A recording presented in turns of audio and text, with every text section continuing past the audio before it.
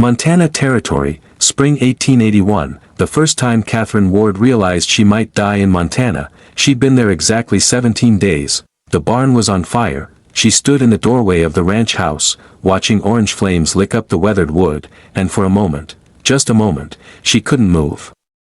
Couldn't breathe. Couldn't do anything but stand there with flour still dusting her hands from the biscuits she'd been making for tomorrow's breakfast. Then Benjamin screamed, "Samuel's inside," the words broke through her paralysis like a gunshot. Catherine's feet were moving before her mind caught up, running across the yard in her worn house slippers, her skirts tangling around her legs. The heat hit her face 20 feet from the barn door, a wall of scorching air that made her eyes water and her lungs constrict. "Samuel." She couldn't hear her own voice over the roar of the flames. "Samuel, where are you?" Benjamin appeared beside her, his 10-year-old face streaked with soot and tears. "He went to get his cat. I tried to stop him, I tried, but he wouldn't listen and then the lamp fell and, where?" Catherine grabbed his shoulders. "We're in the barn, the loft." He climbed up to, she didn't wait for him to finish. The smoke was thicker now, black and choking, pouring out of the barn's upper windows. She could hear timber cracking somewhere inside, could feel the heat intensifying with every second that passed. 17 days, part of her mind whispered. "You've been here 17 days, and you're about to die trying to save a child who barely speaks to you. A child who looked at you this morning like you were a stranger trying to steal his dead mother's place." Catherine took a breath, tasted smoke and terror, and ran into the burning barn. The world became heat and darkness and the sound of her own gasping breaths. She couldn't see more than a few feet ahead. Couldn't orient herself in the familiar space that had become an inferno. Her eyes streamed. Her throat burned. But she pushed forward, one hand trailing along the wall, searching for the ladder to the loft. "Samuel." Her voice was a rasp. "Samuel, if you can hear me, make a sound." Nothing. Just the roar of fire and the terrible creak of wood beginning to give way. Her hand found the ladder. Catherine grabbed the rungs and started to climb, even as every instinct screamed at her to run the other way. The smoke was worse up here, a thick soup that made breathing nearly impossible. She pressed her sleeve against her mouth and kept climbing. At the top, she nearly sobbed with relief. There, huddled in the far corner of the loft, a small figure clutching something dark and furry. "Samuel." She crawled toward him on her hands and knees. "Samuel, we have to go." Now, the 7-year-old looked at her with wide, terrified eyes. "I can't find the way down. The smoke, I can't see, I know. It's all right. I've got you." Catherine scooped him up, the cat still clutched in his arms, and turned back toward the ladder. That's when she heard it. A sharp crack, like thunder, and the world tilted sideways. The loft floor was giving way. Catherine lunged for the ladder, feeling Samuel's small body pressed against her chest, feeling the boards beneath her feet beginning to splinter and fall. Her hand caught the top rung just as the floor disappeared completely. For a moment, they hung there, Catherine clinging to the ladder with one arm while Samuel clung to her with both of his. Below, she could hear Benjamin shouting. Above, flames were dancing across the rafters. "Don't let go," Catherine whispered into Samuel's hair. "Whatever happens, don't let go of me." She started down. One rung at a time. Her arms screaming. Her lungs burning. Samuel's weight making her shoulder feel like it was being pulled from its socket. But she kept moving, kept descending, kept telling herself that they were going to make it, they had to make it. She hadn't come 2,000 miles to die in a burning barn in the middle of nowhere. Her feet hit solid ground. Benjamin was there, grabbing Samuel, pulling him away. Catherine's legs gave out and she fell to her knees, coughing so hard she thought she might vomit. Out. She managed. "Get out." Now, Benjamin didn't argue. He hauled Samuel toward the door, the cat still somehow clutched in the younger boy's arms. Catherine pushed herself up and stumbled after them. They made it 5 feet past the threshold when the barn roof collapsed behind them with a sound like the end of the world. Catherine sat on the ground and watched the barn burn. Benjamin sat beside her, unnaturally still. Samuel was in her lap, the cat pressed between them, all three of them breathing in ragged gasps that had nothing to do with the smoke anymore. She should say something. Should check if they were hurt. Should do something other than sit here with her arms around a child who barely knew her and watch everything burn.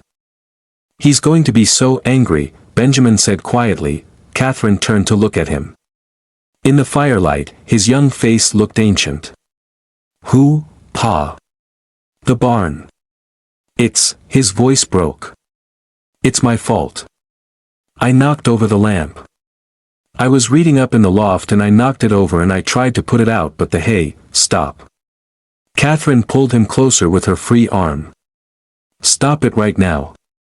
It was an accident, but, listen to me, Benjamin Thornhill. Accidents happen. Buildings can be rebuilt. What matters? Her voice cracked. What matters is that you're both alive. That's all that's going to matter to your father. Samuel shifted in her lap.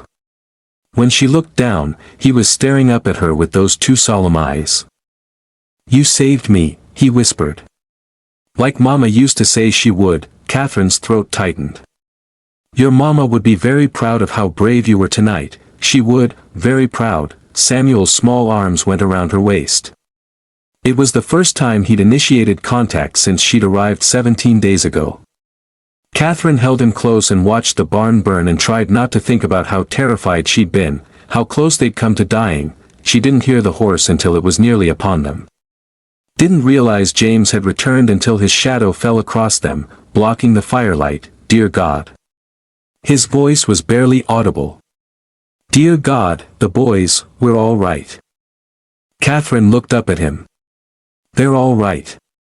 We got out. James dropped to his knees in front of them, his hands reaching for his sons, touching their faces, their arms, their shoulders, as if he couldn't quite believe they were real. His eyes were wild with a terror that Catherine understood down to her bones. The barn, she started. There was an accident. Benjamin was, I don't care about the barn. James pulled both boys into his arms, his face pressed against their hair. When he looked up, Catherine saw tears cutting tracks through the dust on his face. I don't care about anything except that you're safe. All of you. His gaze met hers then, and something passed between them. Some wordless acknowledgement of what had almost happened. What she had risked. What it meant. Thank you, he said. Catherine, thank you. It was the first time he'd used her given name.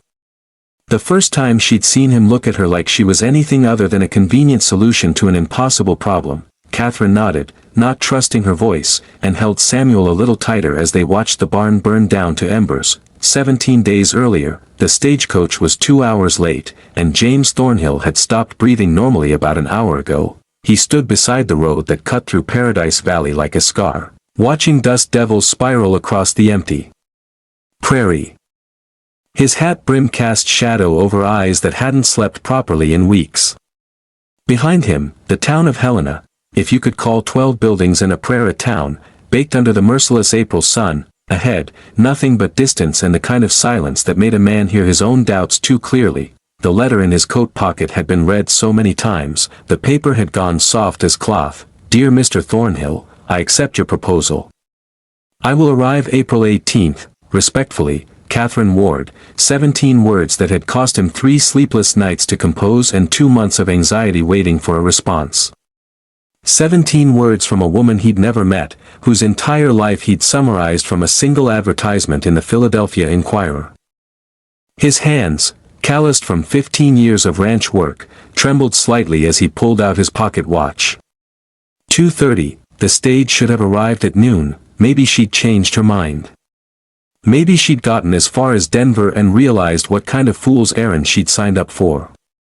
Maybe, and this thought hit him like a fist to the sternum, maybe she'd never existed at all. Papa, James turned. His eldest son stood in the doorway of Miller's General Store, all gangly 10-year-old limbs and serious dark eyes that looked too old for his face. Benjamin had taken to watching him with that expression lately, half concern, half fear, like he was waiting for his father to break apart completely. Stage is late, that's all, James said, forcing his voice steady. Why don't you and Samuel get some penny candy? I'll settle up with Mr. Miller, we don't need candy. Benjamin's jaw set in that stubborn way he'd inherited from his mother. We need to go home. The cattle can wait another hour, but Papa, please. James heard the edge in his own voice and softened it. Just stay inside where it's cool. The boy held his gaze a moment longer, then retreated into the store's dim interior. Through the window, James could see his younger son, Samuel, pressed against the glass candy jars with the desperate longing of a 7-year-old who understood that candy, like everything else lately, was a luxury they couldn't afford. James turned back to the empty road and tried to remember how he'd gotten here. 2 years ago, his wife Margaret had died giving birth to a daughter who'd lived only 3 days. In the space of a week, he'd buried them both on the hill behind the house, under the cottonwood Margaret had loved. He'd stood there with dirt under his fingernails and 2 motherless boys clinging to his legs, and he'd made a promise to himself: he would hold on. He would keep the ranch running. He would raise his sons. He would not break, but grief, he discovered, was patient. It had waited until the first hard winter, when the work of ranch and children and simple survival had left him so hollowed out he'd caught himself staring at nothing for hours. It had waited until Benjamin started getting into fights at school, wild-eyed and swinging at boys twice his size, coming home with split knuckles and a defiance that broke James's heart. It had waited until Samuel stopped speaking altogether for 3 months, communicating only in nods and headshakes and heartbreaking silence. It had waited until James understood that holding on wasn't the same as living, and his sons were learning to survive instead of thrive. That was when he'd done something he'd sworn he'd never do. He'd written to the matrimonial agencies back east, not for love. He'd had love, and burying it had nearly destroyed him, but for help. For someone who could give his boys what he couldn't. For a woman desperate enough to trade everything she knew for a chance at something different. The advertisement he'd placed had been carefully worded: widowed rancher, 2 sons, established property in Montana Territory, seeks capable woman for partnership and family. Honest work, fair treatment, future security guaranteed. He hadn't mentioned the isolation. The brutal winters. The fact that the established property was mortgaged to the hilt after 2 years of bad luck and worse decisions. The fact that he was offering marriage to a stranger not because he wanted a wife, but because he was drowning, and his sons were going under with him. 23 responses had arrived. He'd read them all twice, looking for something he couldn't name. Most were too eager, their letters full of romantic notions about frontier life that made his chest tight with guilt. A few were clearly desperate in ways that frightened him, women fleeing things they wouldn't name, carrying damage he wasn't equipped to heal. But one letter had been different. Mr. Thornhill, I read your advertisement with interest. I am 28 years old, unmarried, educated, and capable of hard work. I have no family and no prospects in Philadelphia. I understand this is a practical arrangement. I am willing to travel west if you are willing to provide honest employment and fair treatment. I do not expect romance. I expect respect. If these terms are acceptable, I will arrive on the date you specify. Respectfully, Catherine Ward. Something about that letter had struck him. The directness, maybe. Or the way she'd matched his own careful honesty. She wasn't pretending this was anything other than what it was, 2 desperate people making a practical bargain. She wanted escape. He needed help. It wasn't love, but it was honest, so he'd written back. They'd exchanged 4 more letters, each one adding small details: her education, his sons' ages, the layout of the ranch, her willingness to learn, but never venturing into anything personal. It had felt like negotiating a business contract. Which had been oddly reassuring. He'd told her the stage fare would be waiting at the Denver office. She'd told him she'd arrive April 18th, and now it was April 18th, and the stage was 2 hours late, and James was standing beside a dust-choked road, realizing he'd wagered everything, his son's futures, his own sanity, what remained of his broken-down ranch, on a woman he'd never met, a woman who might not even exist. Caleb. He turned to see Dr. William Harrison emerging from the saloon across the street, wiping his hands on a cloth that might once have been white. The doctor was 60 if he was a day, with the kind of weathered face that came from delivering babies and treating gunshot wounds in equal measure for 40 years. Waiting on that bride of yours, mail order help, James corrected automatically. It's not, we're not, call it whatever makes you sleep at night, son. Harrison settled against the hitching post beside him. You know, half the marriages out here start as business arrangements. Nothing shameful in it, I know, so why do you look like you're waiting for a firing squad? James almost laughed. Because I've got 2 boys at home who've already lost one mother. What happens if this woman takes one look at the reality of it, the ranch, the isolation, the work, and gets back on the next stage east? What do I tell them then? Same thing you'd tell them if she stayed and it didn't work out. Harrison's voice gentled. That you're doing your best, and sometimes that's all a man can do. Before James could respond, a shout went up from the far end of town. Stage coming. His heart kicked against his ribs. There, a plume of dust rising from the road, and beneath it, the dark shape of the Concord coach pulled by 6 lathered horses. The driver's whip cracked like thunder, and the whole contraption rolled into Helena in a cloud of noise and dust and jangling harness. James's mouth went dry. The stage lurched to a halt in front of Miller's store. The driver, a leathery man named Pike who'd been running this route for 20 years, set the brake and climbed down, already shouting at the hostlers about the damned wool bearing that had delayed them outside of Billings. Passengers began emerging, a cattle buyer James recognized from the stockyards in Miles City. A traveling preacher with a carpetbag full of Bibles.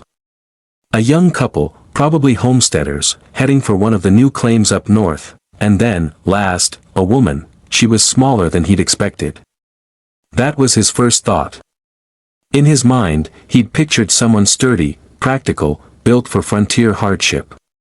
But the woman who stepped carefully down from the coach, one hand gripping the doorframe for balance, the other clutching a worn carpetbag, looked like a strong wind might carry her away. She wore a gray traveling dress that had seen better days, the hem dusty and frayed. A simple bonnet covered dark hair pulled severely back. Her face was pale, fine-boned, with large eyes that darted nervously across the street, taking in the rough storefronts and rutted road and watching men with an expression that made James's chest constrict. She looked terrified. For a long moment, they simply stared at each other across 15 feet of Montana dust. This was Catherine Ward. This frightened, fragile-looking woman who clutched her single bag like a lifeline. He'd made a terrible mistake, but then she squared her shoulders, a visible act of will, and walked toward him. Her steps were small and precise, like she was measuring each one. When she stopped in front of him, he realized she barely came up to his shoulder. Mr. Thornhill. Her voice was soft but steady, with the careful diction of education. I'm Catherine Ward. Up close, he could see more. She was younger than he'd imagined, though whether 28 was accurate, he couldn't say. Hard living could age a person, and she had the look of someone who'd known hardship. Her eyes were dark brown, almost black, with shadows beneath them that spoke of sleepless nights. Her hands, clutching the carpetbag, were small but showed signs of work, not the soft hands of a lady, but not the calloused hands of a farm wife either, Miss Ward. He pulled off his hat, suddenly aware of his own appearance, dusty from the road, smelling of horse and leather. Probably looking as rough as any cowhand. Welcome to Montana. I hope the journey wasn't too difficult. It was long. She didn't quite meet his eyes. But I'm here. An awkward silence stretched between them. Around them, the town was going about its business, the hostlers changing out the stage horses, Pike shouting about his schedule, the other passengers claiming their luggage. But in their small bubble of mutual uncertainty, the noise seemed distant. Is that your only bag? James finally asked, gesturing to the carpetbag. Yes. Something flickered across her face, embarrassment, maybe, or defiance. I didn't have much worth bringing. Another silence. James scrambled for something to say. But every conversation opener that came to mind seemed wrong. How was Philadelphia? Did you eat on the train?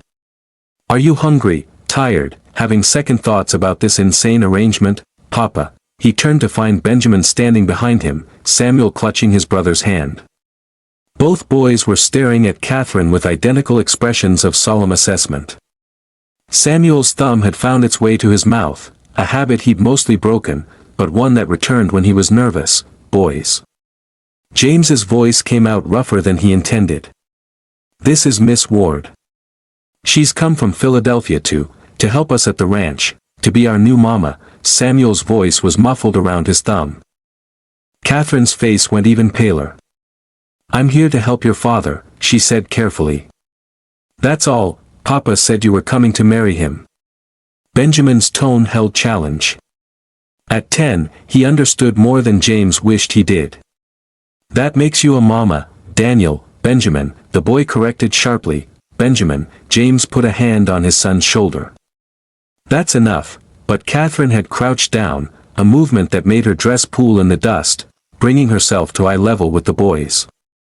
She studied them with those dark, serious eyes, and James saw her really look at them, taking in Benjamin's defensive posture and Samuel's fearful grip on his brother. Your father and I have an agreement. She said quietly. I came here because I needed a place to go, and he needed someone to help with the house and you children. That's true. But being a mama, that's not something I can just decide to be. That's something that has to be earned. Do you understand? Benjamin's jaw tightened, but after a moment, he gave a short nod. Samuel took his thumb out of his mouth long enough to whisper, Are you going to leave like Mama did? The question hit like a physical blow. James saw Catherine flinch, saw her hands tighten on her carpetbag. For a moment, he thought she might stand up, get back on that stage, and disappear back east. Instead, she reached out slowly, giving Samuel time to pull away, and touched his cheek. I don't know what tomorrow brings, she said, her voice rough with something that might have been emotion. But I'm here today. That's all I can promise. One day at a time. It wasn't the reassurance James had hoped for. But it was honest, and somehow, that mattered more. The wagon ride to the ranch passed in silence. Catherine sat on the hard plank seat, her carpetbag clutched in her lap, watching the landscape roll past. Montana was nothing like Philadelphia. No crowded streets, no endless rows of buildings pressing against each other like desperate people. Just space, vast and empty and somehow terrifying in its indifference. The mountains rose in the distance, their peaks still crowned with snow despite the spring warmth. The valley stretched out in shades of gold and green, broken by stands of cottonwood along the creek beds. It was beautiful in a harsh, unforgiving way. Catherine thought she might hate it. The ranch is about 8 miles from town, James said, breaking the silence. His voice was careful, measured. We're fairly isolated. Nearest neighbor is the Hutcherson place, about 5 miles east. Eleanor Brennan lives alone about 3 miles north. Catherine nodded. She wanted to ask why Eleanor lived alone, whether there were other women nearby, whether she would spend the rest of her life seeing only these mountains and this endless sky. But the words stuck in her throat, behind them. In the wagon bed, the boys whispered to each other. She heard her name once, soft and questioning, but couldn't make out what they were saying. Miss Ward. James kept his eyes on the road. I want you to understand something. What I wrote in my letters, about fair treatment and honest work, I meant it. You're not a servant here. He hesitated. You're a partner. In the ranch, in raising the boys. Whatever you need, whatever makes this bearable for you, you tell me. Understood. Why did you really send for me? The question came out before Catherine could stop it. James's hands tightened on the reins. For a long moment, she thought he wouldn't answer. Then, because I'm failing. His voice was flat, empty. The ranch is barely holding on. The boys need more than I can give them. Benjamin's fighting in school. Samuel barely talks. And I'm so tired I can't think straight most days. I needed help, and I couldn't afford to hire it. So he trailed off, then forced himself to finish. So I offered marriage to a stranger. It's not fair to you. I know that. But I didn't know what else to do. In the back of the wagon, she heard Benjamin shift. The boy was listening to every word. Good, Catherine thought. Let him hear honesty instead of false comfort. And what do you expect from me? She asked. Truly, help with the house. Meals. Looking after the boys when I'm working cattle. James paused. Company, maybe. Someone to talk to.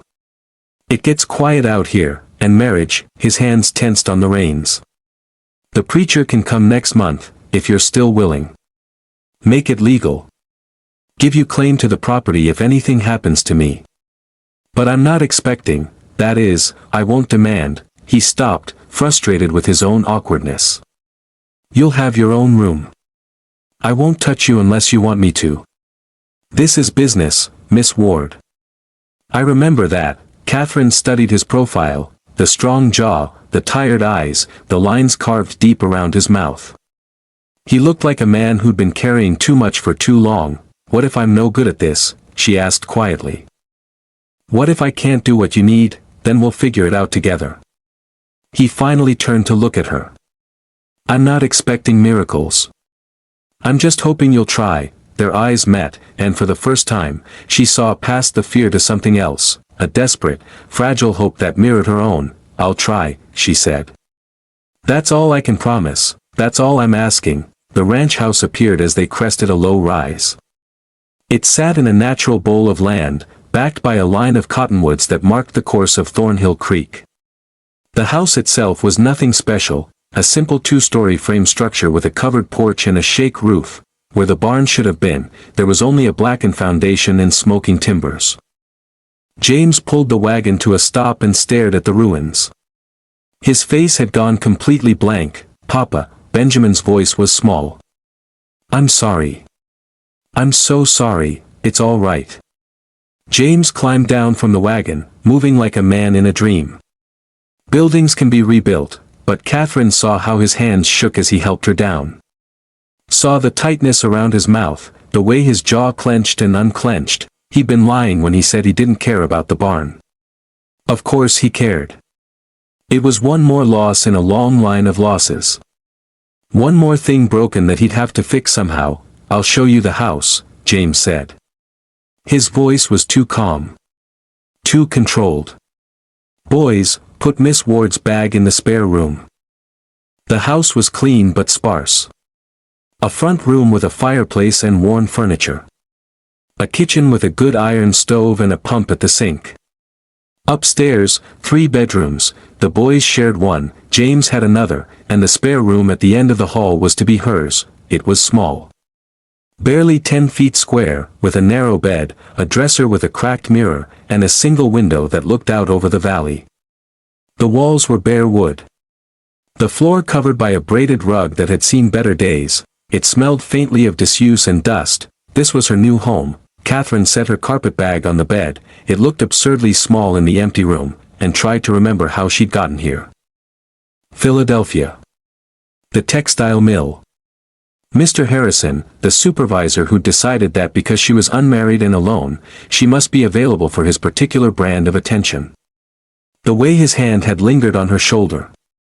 The way he'd cornered her in the supply room, his breath hot and sour against her face. Be kind to me, Miss Ward, and I'll make sure you're taken care of. She'd said no. Had pushed him away. Had thought that would be the end of it. Instead, he'd made sure she couldn't find work anywhere in the city. Had spread rumors about her character, her morals. Had told anyone who would listen that Catherine Ward was a thief who'd stolen from the mill's charity fund. She'd been fired. Evicted from her boarding house. Had spent 3 weeks with her last dollars dwindling to nothing, applying for positions she knew she'd never get, watching her options narrow to a single, desperate choice: answer the advertisement in the paper. Trade everything she knew for a chance at something different, run west before the law came asking questions about money she'd never stolen. Catherine touched the window glass. Outside, James was walking toward the burned barn with both boys trailing behind him. Even from here, she could see the defeat in the set of his shoulders. 2 desperate people making a practical bargain. She hoped to God it would be enough. Supper was a quiet affair. Catherine made what she could from the supplies in the pantry: salt pork, beans, cornbread. Simple food, but edible. The boys ate mechanically, not meeting her eyes. James ate like he was fueling a machine, not tasting anything. This is good, he said finally. Thank you, Catherine nodded. Her own food sat untouched on her plate. After supper, James took the boys upstairs. Catherine washed dishes and listened to the sounds of the evening routine, water being poured for washing, doors opening and closing, James's low voice and the higher tones of his sons. She was drying the last plate when James came back down. They wanted me to tell you good night, he said. That was kind of them. They stood in the kitchen, two strangers in a house that felt too small and too large at the same time. I should turn in, James said. Morning comes early. Cattle to check. Fences to mend. And now, his voice cracked slightly. Now a barn to rebuild. I'll help where I can. You don't have to, I'm here to help, Catherine said firmly. That's what you brought me for. So let me help. James studied her face in the lamplight. All right. Thank you. He turned to go, then stopped at the stairs. Catherine, yes, what you did tonight. Running into that barn. Saving Samuel. He swallowed hard. That's not what I hired you for. That was, he couldn't seem to find the words. Thank you, he's a child, Catherine said quietly. What else could I do? James held her gaze for a long moment. Then he climbed the stairs, and she was alone. Catherine couldn't sleep. She lay in the narrow bed, staring at the ceiling, listening to the house settle around her. The silence was complete in a way she'd never experienced in Philadelphia. No street noise. No voices from neighboring rooms. Just the occasional creak of wood and the distant call of some night bird she couldn't name. She thought about the barn burning. About Samuel's weight in her arms as she climbed down that ladder. About how close they'd come to dying, about the lies she'd told. Catherine Ward wasn't even her real name. It was her mother's maiden name, adopted when she'd fled Philadelphia. Her real name was Catherine Ashford, and there was a warrant for her arrest waiting back east. Theft. Embezzlement.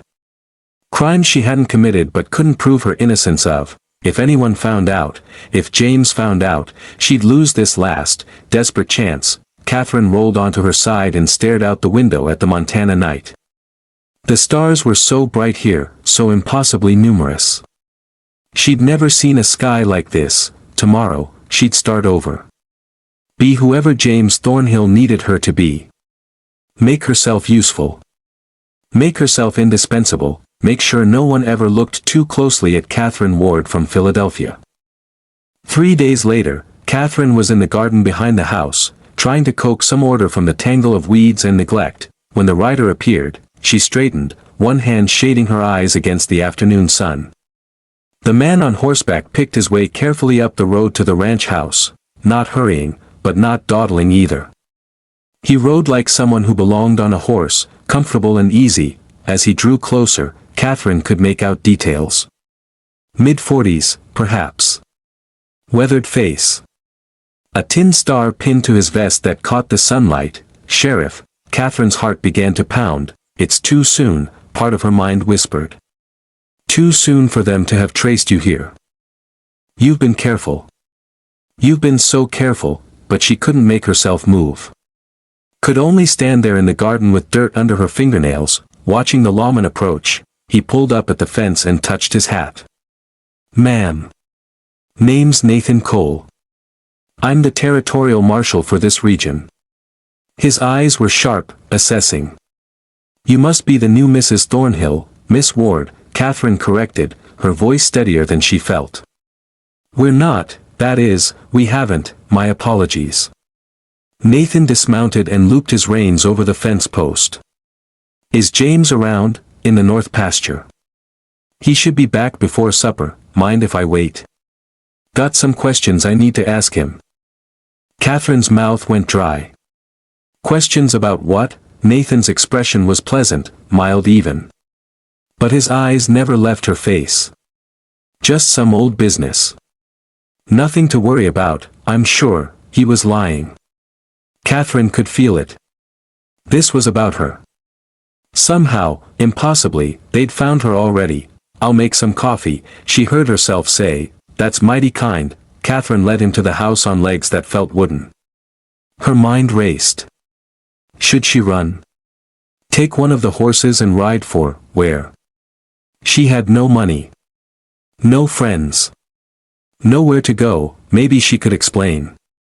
Tell him it was all a mistake, that she'd been framed. Maybe he'd believe her. Maybe the sun would rise in the west tomorrow. She made coffee with shaking hands while Nathan Cole sat at the kitchen table and made small talk about the weather, the ranch, how she was settling in. All the while, his eyes tracked her movements with the careful attention of a predator watching prey. So, Miss Ward, he said finally. Where'd you say you were from? Philadelphia. The lie came automatically. Born and raised, Philadelphia. Nathan sipped his coffee. Big city. Must be quite a change, coming out here. Yes. Got family back east? No. That, at least, was true. My parents passed some years ago. I'm sorry to hear that.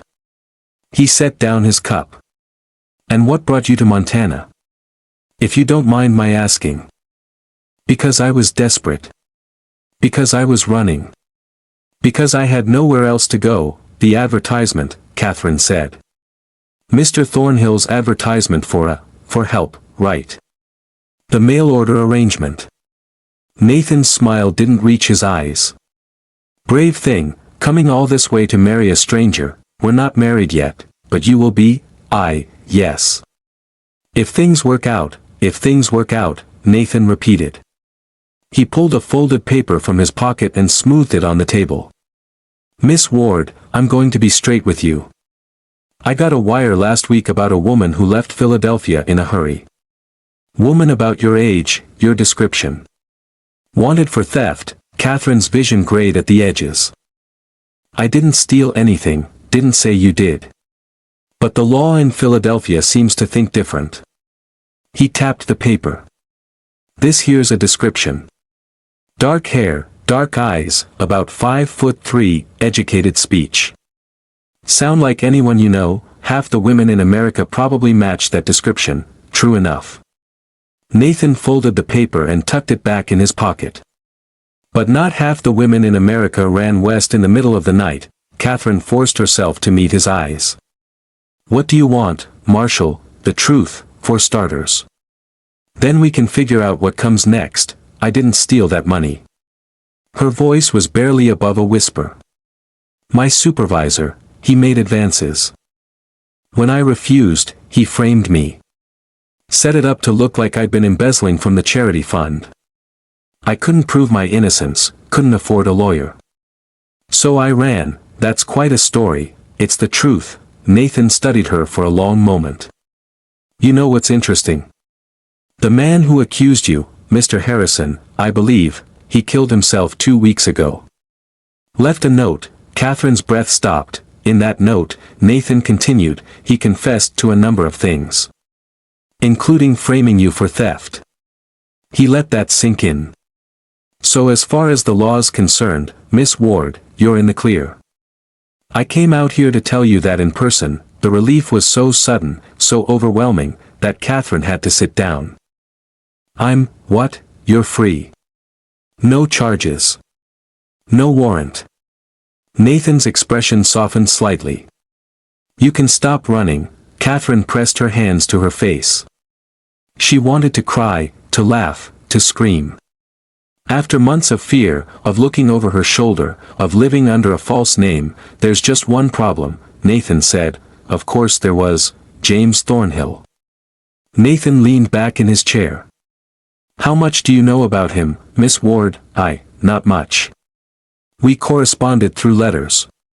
He needed help with his sons and the ranch. Did he mention what he did before he became a rancher? Catherine shook her head. Nathan's smile was grim. That's what I thought. See, I've been looking for James Thornhill for 15 years. And now I've finally found him. The sun was setting when James returned, leading his horse into the yard. He saw Nathan Cole's mount tied at the fence and stopped dead. Catherine watched from the kitchen window as all the color drained from James's face. Watched him stand there for a long moment, hands still on the reins, shoulders hunched like a man expecting a blow. Then he squared them, tied up his horse, and walked toward the house. He stepped through the door and saw Nathan sitting at his kitchen table. For a moment, no one spoke. Nathan, James said finally. His voice was flat, empty. Been a long time, 15 years. Nathan didn't stand. Thought I'd never find you. You covered your tracks well, not well enough, apparently. Catherine looked between them, confused. You two know each other, know each other. Nathan's laugh was bitter. James and I used to ride together. Back when we were both bounty hunters. James flinched like he'd been struck. Bounty hunters? Catherine's voice was faint. Didn't tell her. Nathan shook his head. Course you didn't. Wouldn't want her knowing about Arkansas. About the Dalton brothers. About Nathan. James's voice was sharp. Please, please what? Please don't tell her that you killed an innocent man. That we were chasing the Daltons and you put a bullet in a farmer who was just in the wrong place at the wrong time. Nathan stood. His name was Thomas Brennan. He had a wife. A son. And you shot him in the back because you thought he was running. The kitchen seemed to tilt. Catherine gripped the edge of the counter. It was an accident, James said. His voice was barely audible. I thought, you thought he was Dalton. I know. We all thought that. But you pulled the trigger. Nathan moved toward the door. And then you disappeared. Changed your name from James Crawford to James Thornhill. Moved to Montana. Started over. Left me to deal with the aftermath. I couldn't. James's voice broke. Nathan, I couldn't live with it. Couldn't keep doing that work. So I ran. Yeah. You ran. Nathan paused at the door. Eleanor Brennan is your neighbor, James. Lives 3 miles north. She's the widow of the man you killed. James's legs gave out. He sank into a chair, his face gray. Does she know? He whispered, not yet. But she will. Nathan looked at Catherine. You asked me what I want, Miss Ward. I want James to face what he did. I want him to tell Eleanor the truth. And then, his jaw tightened. Then we'll see. He left. The door closed behind him with a soft click that sounded like a gunshot. Catherine and James sat in the kitchen as twilight deepened outside. Neither of them moved. Neither of them spoke. Finally, James raised his head. His eyes were red. You should leave, he said. Get back on a stage east. Find someone better. Someone who isn't, his voice cracked. Someone who isn't a killer. Catherine thought about running. About the easy out he was offering. About starting over somewhere else, someone else, for the 3rd or 4th or 100th time. She thought about Samuel's arms around her neck as they'd escaped the burning barn. About Benjamin's defiant loyalty. About the vast Montana sky and the silence that had terrified her 3 days ago but somehow felt less frightening now. She thought about secrets and second chances and desperate people trying to survive. No, she said. James looked up. Surprised, we made a deal, Catherine continued. You need help. I need a home. That hasn't changed, but I killed someone. An innocent man, by accident. Nathan said it himself. You all thought he was the outlaw. She moved to sit across from him.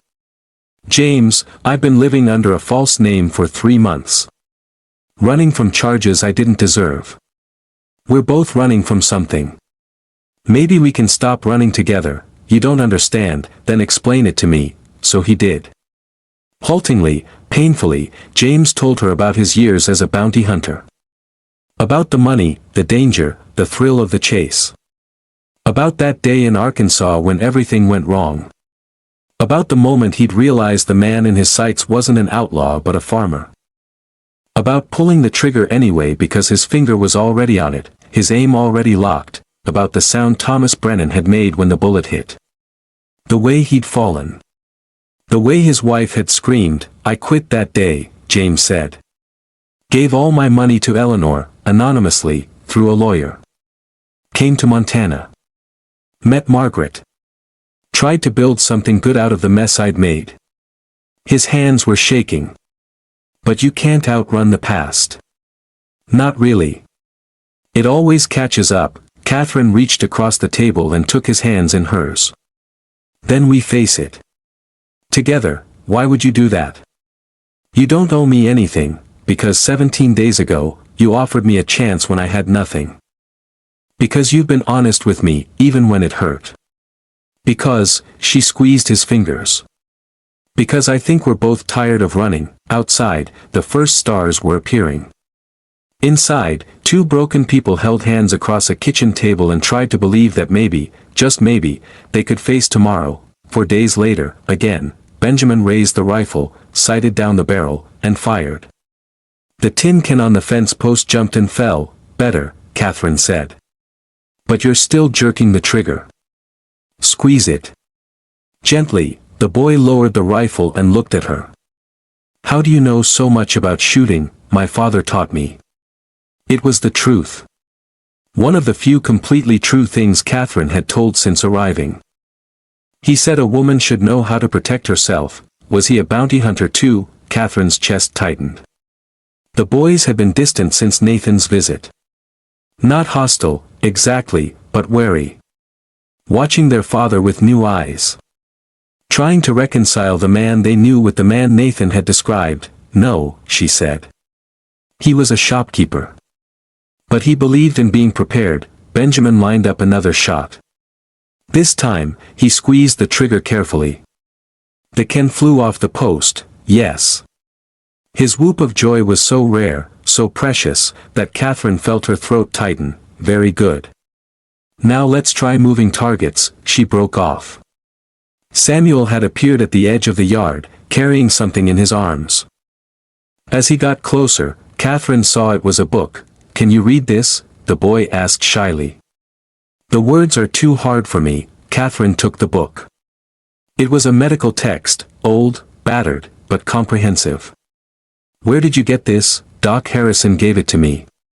He said if I wanted to help people, I should learn. Samuel's eyes were earnest. So nobody else dies. Catherine's heart broke a little. Samuel, I know I can't bring Mama back. But maybe I can learn to save other people. He touched the book. Will you teach me? Catherine crouched down to his level. Yes. But Samuel, you can't put that responsibility on yourself. You're 7 years old, I'll be 8 soon. And Benjamin's learning to shoot. I want to learn too. Just different. His jaw set in a way that reminded her achingly of his father. Please, she looked at this small boy who decided to fight death with knowledge instead of violence, who wanted to heal instead of hurt, and felt something shift in her chest. All right, she said.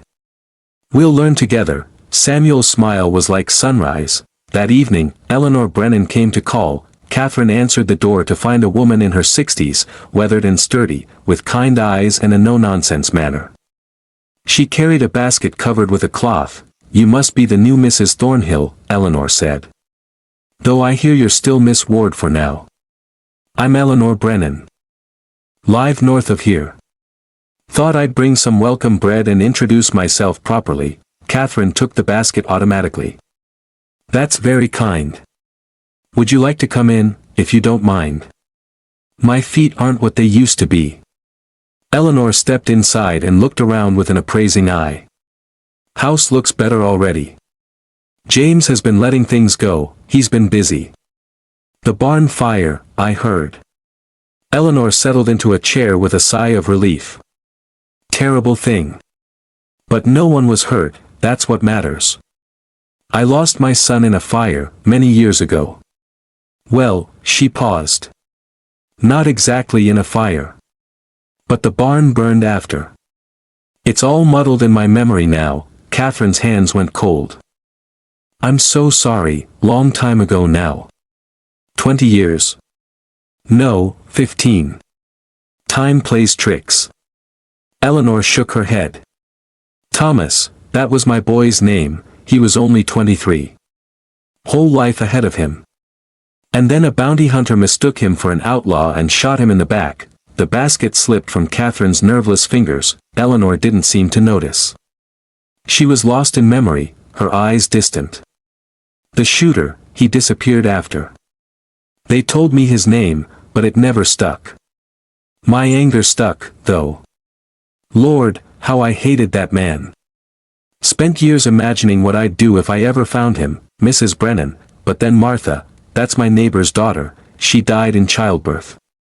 Left 2 little boys behind. And I watched her husband try to raise them alone, watched him break under the weight of it. And I thought, Eleanor's voice softened. I thought, what good does my anger do? It won't bring Thomas back. Won't make anything better.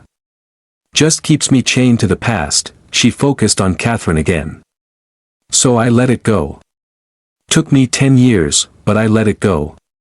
Forgave that bounty hunter, wherever he was. Figured he was probably dead or suffering in his own way. She smiled. And once I did that, I could finally breathe again. Catherine couldn't speak, anyway. Eleanor stood. I've been talking your ear off. You tell James the first stopped by. And if you need anything, anything at all, you come see me. We women have to look out for each other out here, Mrs. Brennan. Catherine swallowed hard. Thank you. For the bread. And for everything. After Eleanor left, Catherine sat alone in the kitchen with the basket on her lap and tried to process what had just happened. Eleanor had forgiven James. Not knowing who he was, not knowing he lived 3 miles away, she'd forgiven him. The question was, what would happen when she found out the truth? 6 weeks later, the decision came on a morning that felt like any other. Catherine was kneading bread when James appeared in the kitchen doorway, hat in his hands, looking like a man about to face a firing squad. I need to tell her, he said, Catherine's hands stilled in the dough. She didn't need to ask who. Are you sure? No. James's laugh was hollow. But Nathan's right. Eleanor deserves to know the truth. And he swallowed hard. I can't build a life here on a lie. Can't ask you to marry me knowing this secret sits between us and our neighbor, today. Before I lose my nerve. He looked at her. Will you come with me? Catherine wiped the flour from her hands. Of course, they rode in silence, the boys left behind with strict instructions to stay close to the house. The 3 miles to Eleanor's homestead felt both endless and far too short. Eleanor's place was smaller than theirs, a neat cabin surrounded by a carefully tended garden. Chickens scratched in the yard. A milk cow grazed in a small paddock. It looked peaceful. Safe. James dismounted like a man climbing a gallows. Eleanor emerged from the house as they approached, wiping her hands on her apron. Her face lit up when she saw Catherine. What a lovely surprise. I was just about to make tea. Come in, Mrs. Brennan. James's voice stopped her. I need to talk to you. About your son. Eleanor's smile faded. My son, Thomas. About how he died. The color drained from Eleanor's face. She looked at James properly for the first time, really looked at him. Catherine saw the moment recognition flickered in the older woman's eyes. Saw her take a step back. No, Eleanor whispered, my name wasn't always James Thornhill. 15 years ago, I was James Crawford. I was a bounty hunter. And in Arkansas, his voice broke. I killed your son. I thought he was someone else. I was wrong. And I've been running from it ever since. The silence that followed was absolute. Eleanor stood frozen, her hand pressed to her chest. Her breathing had gone shallow, rapid. Catherine moved toward her, afraid the woman might collapse. Don't. Eleanor's voice was sharp. Don't touch me, Mrs. Brennan, please. Catherine started. You knew. Eleanor's eyes fixed on Catherine. You knew and you said nothing. Let me welcome you into my home, let me befriend you. While she looked at James. While the man who murdered my boy lived 3 miles away, I didn't know, Catherine said desperately. Not when you visited. I only found out after, and you stayed with him anyway. Eleanor's voice was thick with disgust. What kind of woman? The kind who understands that accidents happen. Catherine's own voice shook. The kind who knows that people can carry guilt for things beyond their control. The kind who believes in second chances, second chances. Eleanor laughed bitterly. My son didn't get a second chance. He got a bullet in the back. James flinched like he'd been struck. I know. Mrs. Brennan, Eleanor, there's nothing I can say that will make this right. But I need you to know that I'm sorry. I've been sorry every day for 15 years. I gave you all the money I had. I quit bounty hunting. I tried to what?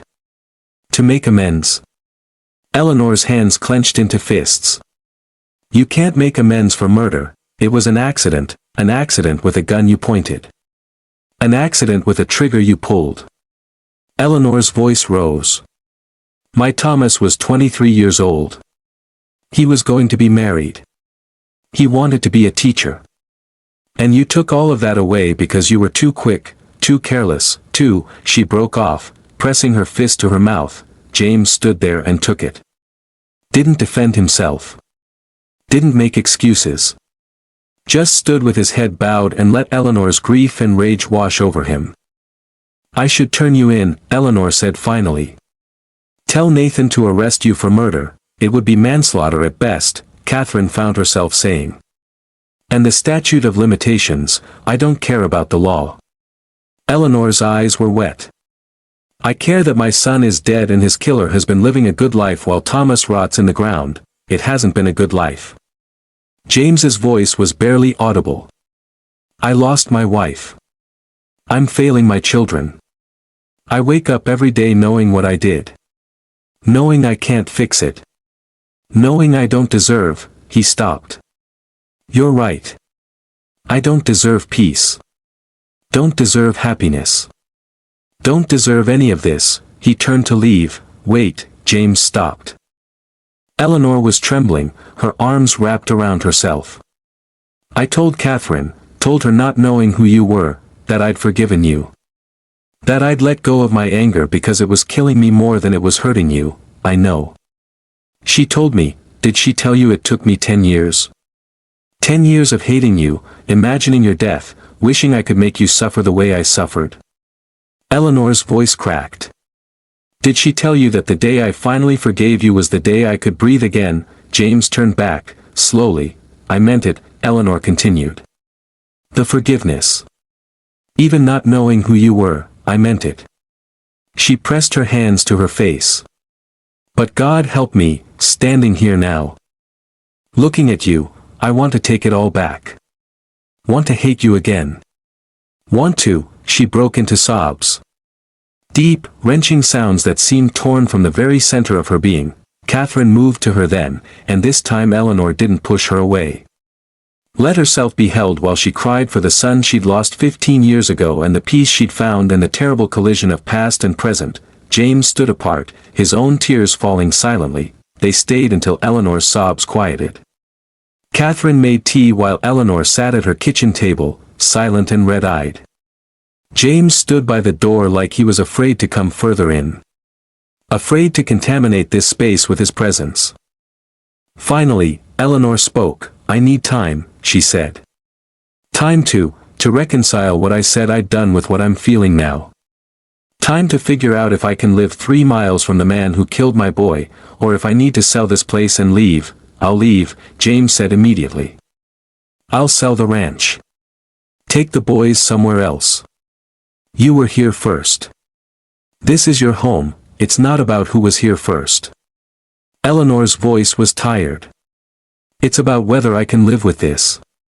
Whether the forgiveness I thought I'd found was real or just words I told myself to stop hurting. She looked at Catherine. You love him? The question caught Catherine off guard. Did she love James? She'd come here for practical reasons. Had stayed for practical reasons. But somewhere in the past 6 weeks, somewhere between teaching Samuel his letters and watching James rebuild the barn with his own hands and sitting with him in the evenings while he talked about Margaret and his failures and his hopes, yes, Catherine said. I think I do, then you're a braver woman than I am. Eleanor stood. I need you both to leave now. I'll send word when I've decided what comes next, The ride home was silent. When they reached the ranch, James dismounted and stood looking up at the house. The boys were visible in the yard, Benjamin practicing with the rifle, Samuel sitting on the porch reading his medical book. "I should never have come here," James said. "Should never have involved you in this. You and the boys, you deserve better than a man with my past." "Stop." Catherine climbed down from her horse. "Stop deciding what we deserve. We're here. We're choosing this. That has to count for something, but Eleanor is hurting. She has every right to be. But James, she'd already forgiven you once. Maybe, given time, she can do it again, and if she can't, then we deal with it together." Catherine took his hand. "That's what partners do." James pulled her close. For the first time since she'd arrived, he held her like he meant it. Like she was something precious he was afraid to lose. "I don't deserve you," he whispered against her hair. "Probably not," Catherine agreed. "Good thing I'm staying anyway." 3 weeks later, Samuel collapsed at breakfast. One moment he was eating his oatmeal, asking questions about the human heart from his medical book. The next, he was slumping sideways in his chair, his bowl clattering to the floor. "Samuel." Benjamin caught him before he hit the ground. "Papa." "Something's wrong." James was there in an instant, his hand on Samuel's forehead. "He's burning up." Catherine felt the blood drain from her face. She'd seen fevers before. In the crowded boarding houses of Philadelphia, illness spread like wildfire. She'd watched children sicken and die within days. "Get him to bed," she said, forcing her voice steady. "Benjamin, ride for Doc Harrison. Fast as you can." The next hours blurred together in a nightmare of heat and fear. Samuel's fever climbed so high his skin felt like it was on fire. A rash appeared on his chest, small red spots that made Catherine's stomach drop. "Scarlet fever." Doc Harrison confirmed it when he arrived, his face grave. "It's bad," he said bluntly. "Could go either way. Keep him cool. Get fluids in him. Watch for complications, his heart, his kidneys. If he makes it through the next 3 days, he'll likely survive. If he makes it." Catherine set up camp in Samuel's room. She bathed him with cool cloths. Forced water past his cracked lips. Sang to him when he cried out in delirium. James sat vigil with her, taking turns through the long nights. They didn't speak much. Didn't need to. The terror in James's eyes said everything. He'd lost Margaret this way. Lost his infant daughter. Now Samuel, he's not going to die, Catherine said fiercely on the second night. "Do you hear me, James Thornhill? Your son is not going to die. You can't know that, I can. Because he's strong. And because we won't let him." She grabbed James's hand. "We won't let him." Benjamin appeared in the doorway. He'd been helping with the ranch work, taking on responsibilities beyond his years. Now he looked young and scared. "Can I sit with him?" he asked. "Of course." Benjamin settled on the other side of the bed and took his brother's hand. "Samuel, you have to fight this. You hear me? You have to get better because," his voice broke. "Because I need you to teach me the stuff you're learning. The healing stuff. I thought I wanted to be a bounty hunter like Pa used to be, but I was wrong. I want to be like you. Want to save people instead of hurt them." Samuel's eyes fluttered open. For a moment, he seemed to focus on his brother. "Promise," he whispered, "I promise. But you have to get better first." "Trying," Samuel breathed. Under bed. Recipe. For fever. Eleanor taught me. Catherine looked under the bed and found a piece of paper covered in Samuel's careful handwriting. A recipe for willow bark tea, written in Eleanor's neat script above Samuel's copied words. She made the tea with shaking hands. Samuel drank it in small sips. And slowly, so slowly, his fever began to break. The third night, Samuel was sleeping naturally for the first time in days. His fever was down. His breathing was easier. He was going to live. Catherine stood at the window of his room, watching dawn break over the valley. Behind her, James dozed in a chair, Benjamin curled at his feet like he couldn't bear to be far from his family. They'd survived. A knock at the front door made her jump. Catherine hurried downstairs, afraid to wake the others. Eleanor stood on the porch. A basket in her hands. I heard, she said without preamble. About Samuel. Doc Harrison told me yesterday. I brought some things, herbs, a tonic. She held out the basket. The recipe he found, I taught him that. Thought maybe it could help. It did, Catherine said softly. It helped save his life. Thank you, Eleanor's eyes filled. Would it be all right if I saw him? Catherine led her upstairs. Eleanor stood in the doorway of Samuel's room, taking in the scene, the sleeping child, the exhausted father, the older brother keeping watch. I've been thinking, Eleanor said quietly. About what it means to forgive. Real forgiveness, not just the idea of it. She moved into the room and sat gently on the edge of Samuel's bed. The boy stirred, opened his eyes. Mrs. Brennan. His voice was rough but lucid. Hello, sweet boy. I hear you've been very sick. Better now. Used your recipe. Good. Eleanor smoothed the hair from his forehead. You're a quick study. Going to make a fine healer someday. Samuel smiled, then his eyes drifted to his father. Pa. Mrs. Brennan's here. James woke with a start. When he saw Eleanor, he stood abruptly, swaying with exhaustion. Mrs. Brennan. Should I leave? No. Eleanor kept her hand on Samuel's forehead. You should stay. Because I came here to say something, and I need you to hear it. She took a deep breath. 15 years ago, you killed my son.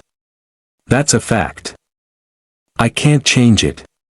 Can't make it hurt less. Can't bring Thomas back. Her voice was steady, clear. But 3 weeks ago, you did something brave. You could have kept running, kept hiding. Instead, you told me the truth. Faced your past even knowing it might destroy your future. She looked at James directly. That took courage. More courage than I had when I was just nursing my anger in private. Eleanor's eyes moved to Samuel. And these boys, they've lost their mother. They nearly lost you to your own guilt. But they've found someone new to love them. She glanced at Catherine. And you found each other. What are you saying? James's voice was barely audible. I'm saying that real forgiveness isn't just words. It's action. It's choosing, every day, not to let the past poison the present. Eleanor stood. I forgave you once without knowing who you were. I'm forgiving you again now, knowing exactly who you are and what you did. Why? Because Thomas wouldn't want me to spend the rest of my life consumed by hatred. Because these boys need their father. Because, her voice softened. Because I'm tired of being alone with my grief. If we're neighbors, we might as well be friends. James's knees buckled. He sank back into the chair, his face in his hands, shoulders shaking with silent sobs. Eleanor crossed to him and put her hand on his head, like a blessing. I forgive you, James Thornhill. God help us both, but I forgive you. 2 months later, December, the first snow had come early, blanketing the valley in white.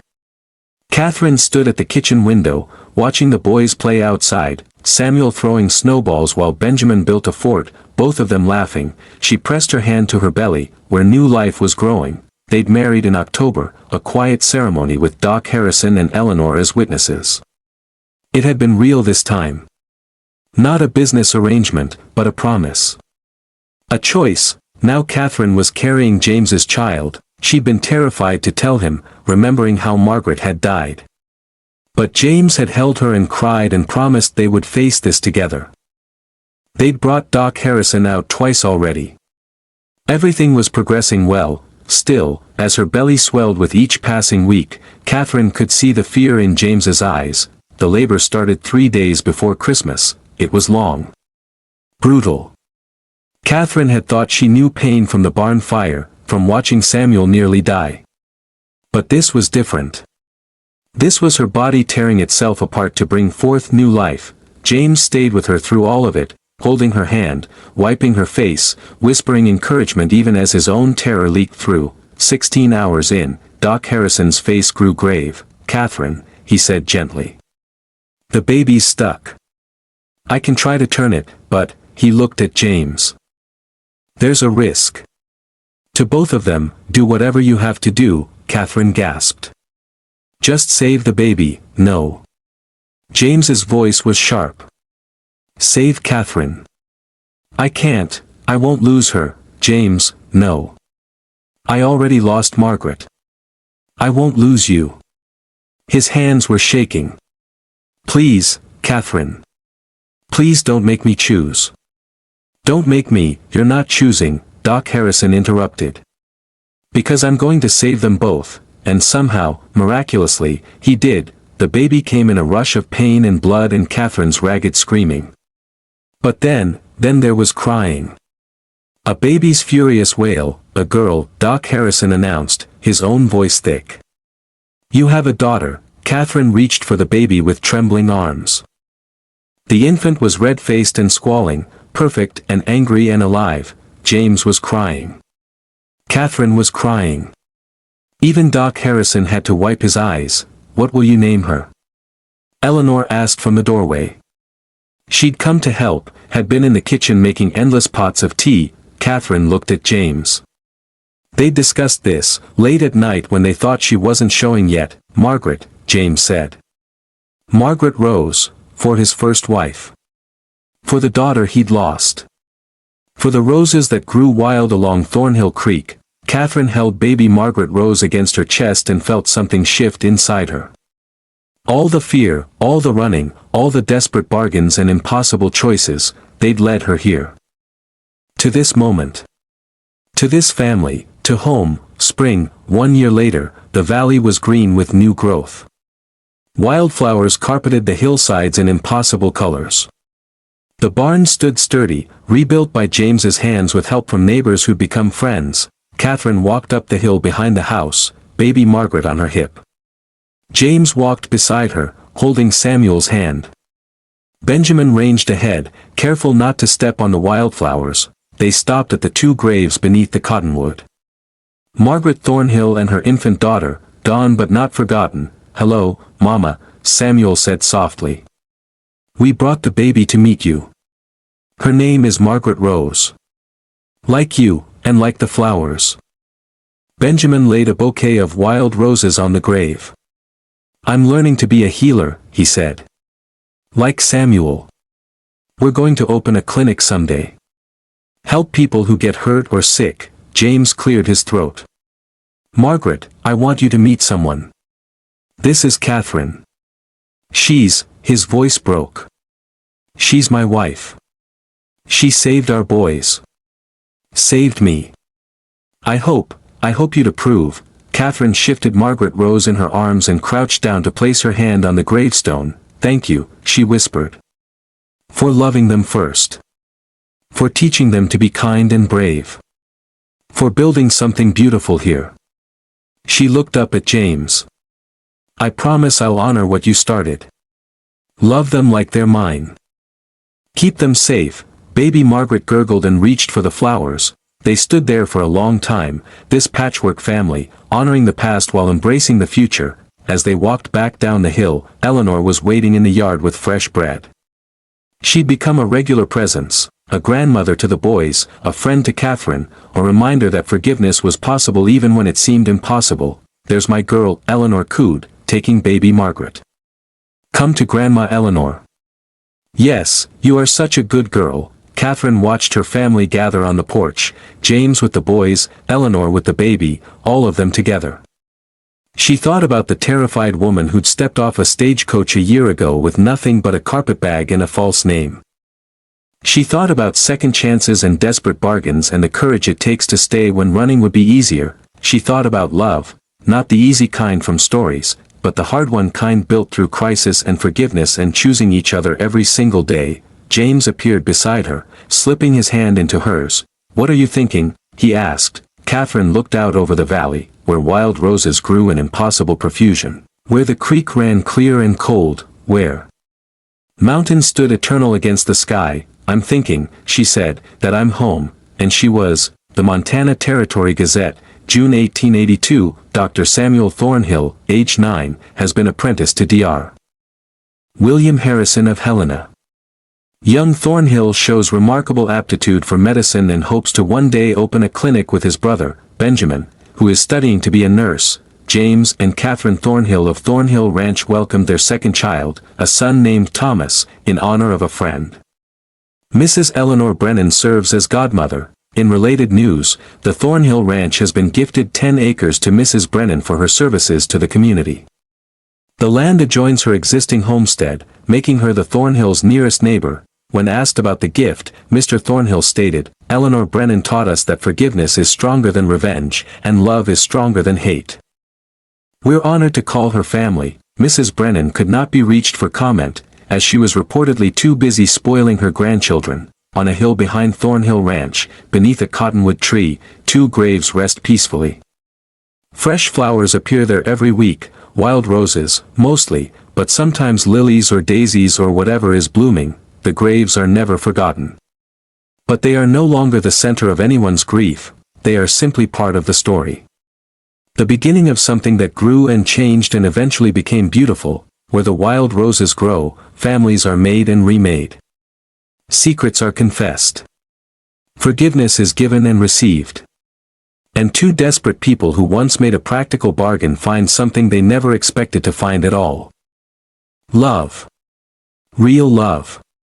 The kind worth fighting for, the kind that survives.